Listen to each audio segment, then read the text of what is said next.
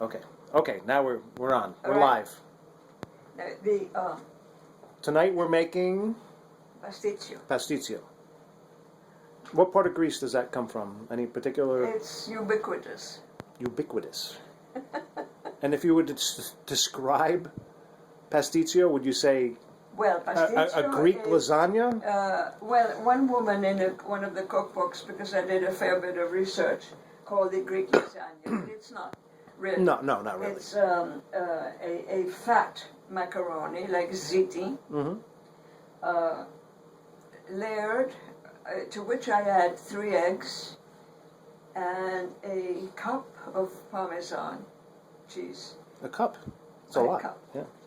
And then on top of that, you make a meat sauce, which is a traditional Greek meat sauce with onions and tomatoes, and flavor it with cinnamon. Cinnamon. How much cinnamon? I put a lot. I do it to taste. But before I put it on top of the ziti, I put a little more cinnamon. Okay, so you cook the ziti, and what did you say about eggs? No, well, Oh. first I made the meat sauce yesterday. Okay, so let's walk us through the meat sauce, please. I made the meat sauce yesterday because it said if you make it the day before, the flavors blend. And how much meat? Was that a pound of meat? 2 pounds. 2 pounds of meat. Beef, ground beef. Well, I use beef. They use. Oh, look at that. Veal. And the meat sauce cooks for about 2 to 3 hours. I cook it a long time. It's very, very low. And to the brown the onion, big onion, an enormous onion, and 2 pounds of meat with a little olive oil, salt and pepper, then cinnamon. A little Now, bit. is this the same meat sauce that you would make for spaghetti, your famous spaghetti? Yes, Exact same. yes. Okay. Or pastic or moussaka. Same. Okay. Same. Okay, good. And then I used, instead of fresh tomatoes, I used a can of diced tomatoes. Okay. Because and then a half a cup of white wine in the sauce, White wine. half a cup of white wine, and then because I like to use milk with ground beef, because it tenderizes it, half a cup of milk. Really? Yeah. And I put it in And that's all sautéing or it stays in the simmering in a pan? simmering, maybe for about 2 hours. Okay. Then I refrigerate. No garlic? Pardon? No garlic? Yes, I did put a garlic. So the recipes don't call. Only one recipe that I looked at called for a clove of garlic. Only one. But, you know, me, I love garlic. Me too. But so when I refrigerated it, some of the fat pooled. So with a spoon, I was able to take a lot of the fat, not the olive oil, the fat from the meat off. It makes it. Well, you took it off when? When I brought it out of the refrigerator. Oh, so you don't drain it? You never drain it? You simmer it? No, it simmers until it's dry. Oh. And not only that, but you add 2 tablespoons of homemade breadcrumbs, which soaks up the juices. I think you can see the bread. Maybe that's a bread or a ziti. I can't tell. No, it's a ziti. So, Okay, so that... So it's a fiddly dish. And it took me 2 days. Okay. I made the meat sauce yesterday, and today I boiled the ziti. And to the ziti, I put 1 cup of Parmesan and 3 beaten eggs. It makes it Raw eggs? Raw eggs? into the ziti, gets cooked. Oh, after you cook the ziti, then? After you cook it, but then it gets cooked. Again?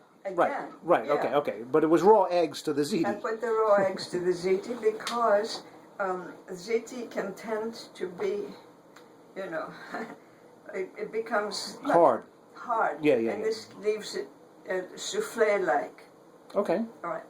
So I cooked it for an hour, and the finishing touch is to make a bechamel, which is a white sauce, which your grandmother, my mother, would say the Greeks invented. But everybody thinks it's French. Yeah, and so I make it in the blender because bechamel tends to be lumpy. Okay. And I went and got more milk. So this is going to be 4 cups of milk. Wow, this I think the first time I've seen you measure something. Because It's a lot of milk. I was expecting Okay, let's more look. people. I don't know whether I should make 5, but a 5 would fit in here. I need to get the flour.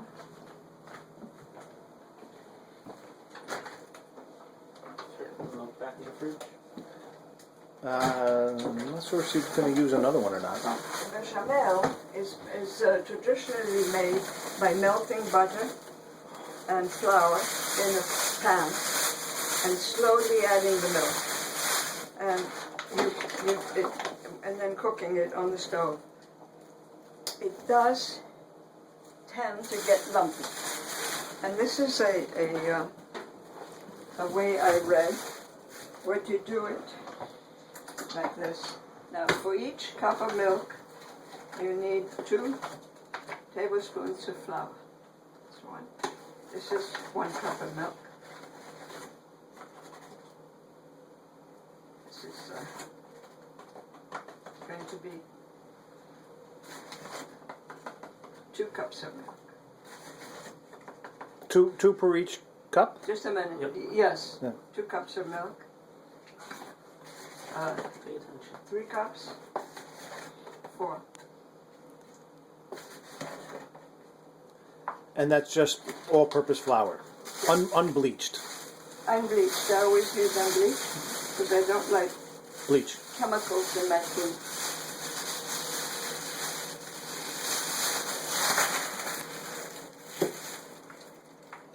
And then I need a pan. Will this fit? I'm not sure I either. need a bigger one.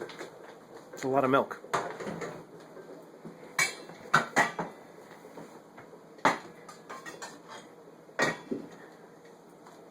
And we don't have sharks tonight, do we?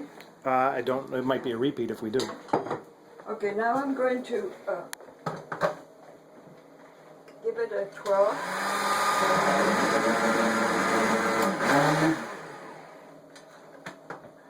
And That wasn't very much.